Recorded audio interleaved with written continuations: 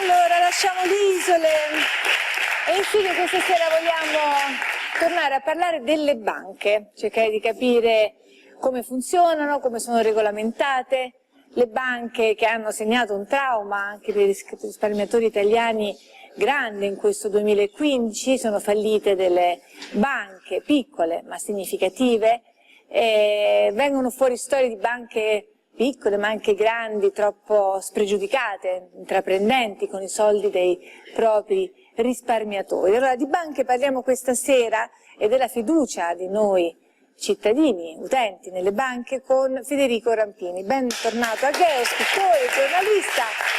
Ti abbiamo invitato Federico a parlare di questo argomento perché hai appena pubblicato un nuovo libro, questa volta dedicato proprio alle banche, dal titolo molto significativo. Possiamo ancora fidarci? Che è quello che credo molte persone si domandano, no?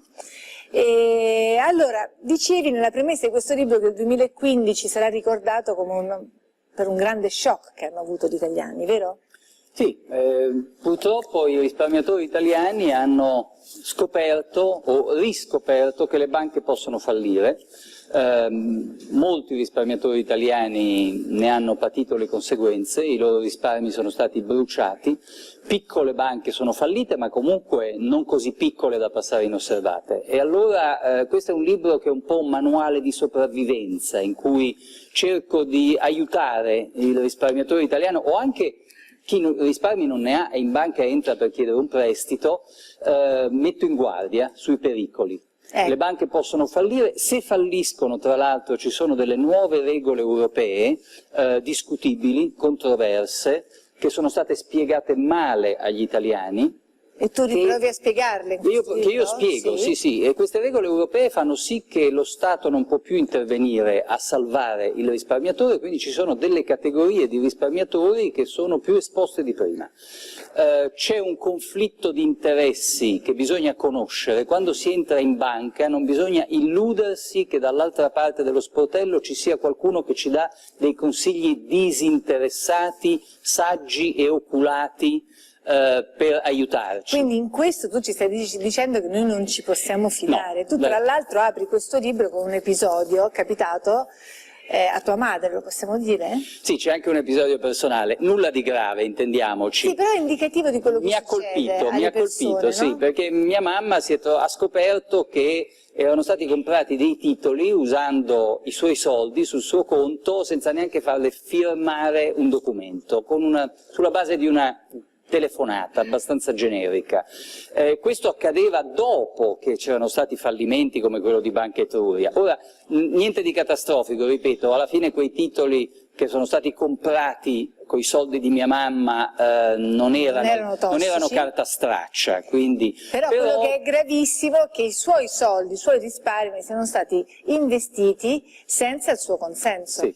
E come è potuto accadere una cosa del genere? Accade per mancanza di correttezza, per mancanza di professionalità, perché spesso il bancario che sta dietro lo sportello ha una preparazione lacunosa, modesta, esegue ordini che vengono dall'alto, colloca dei titoli che i banchieri gli hanno detto di collocare presso il risparmiatore. Bisogna saperle queste cose, bisogna essere molto guardinghi quando si entra. Non possiamo fidarci delle banche, cioè dobbiamo entrare in banca documentati, preparati. E molto diffidenti. E molto diffidenti, però ecco, è molto anche difficile, no? Entrare preparati su degli argomenti sensibili e anche complessi come gli investimenti, come i nostri risparmi, come i nostri soldi. E infatti questo è un libro che cerca anche di dare un contributo, diciamo una alfabetizzazione degli italiani, che devono capirne un po' di più di economia perché altrimenti non li aiuta proprio nessuno. Tra l'altro viviamo in un'epoca difficile per tutti, perfino per le banche, l'epoca del tasso zero. I rendimenti sono scesi, sono crollati, i titoli sicuri non rendono più quasi niente. Questo da una parte rende le banche ancora più rapaci di prima, perché devono succhiare dai nostri risparmi. Cioè hanno bisogno dei nostri soldi. Hanno bisogno dei nostri soldi. D'altra parte c'è anche il pericolo che i risparmiatori in cerca di rendimenti migliori finiscano per comprare dei titoli molto molto pericolosi. Tu scrivi in questo libro che sei rimasto colpito dopo le banche fallite in Italia, che c'è stata una grande tentativo delle banche in qualche modo di rifarsi l'immagine, no? E quindi hanno fatto grande pubblicità sui giornali proponendo investimenti a tassi anche importanti, no? 6%, Ho visto delle andava via così come se fosse facile. Sì, ho visto pagine di pubblicità che mi hanno colpito, spaventato e anche indignato, in cui si cercano di collocare titoli promettendo rendimenti del 6%, che sono il triplo di quello che rende un titolo di Stato sicuro. Cosa c'è dietro? Spesso sono titoli in valute estere, quindi c'è il pericolo che queste valute perdano valore. Sono in generale, quando un titolo, quando un investimento rende troppo, bisogna essere molto diffidenti, perché vuol dire che c'è anche tanto rischio in quell'investimento. Ecco, perché sappiamo anche che è stato a causa anche delle grandi banche, no? Che a volte sono sconsiderate, avventate, che poi ci siamo ritrovati con una crisi economica gravissima, no? E paradossalmente, davanti al fallimento di piccole banche italiane, una delle risposte delle autorità, ci metto dentro anche la Banca d'Italia, è quella di spingere le banche ad aggregarsi, a diventare più grosse. Invece negli Stati Uniti in questo momento c'è un dibattito sul fatto che le banche troppo grosse sono inefficienti e pericolose. Perché sono pericolose?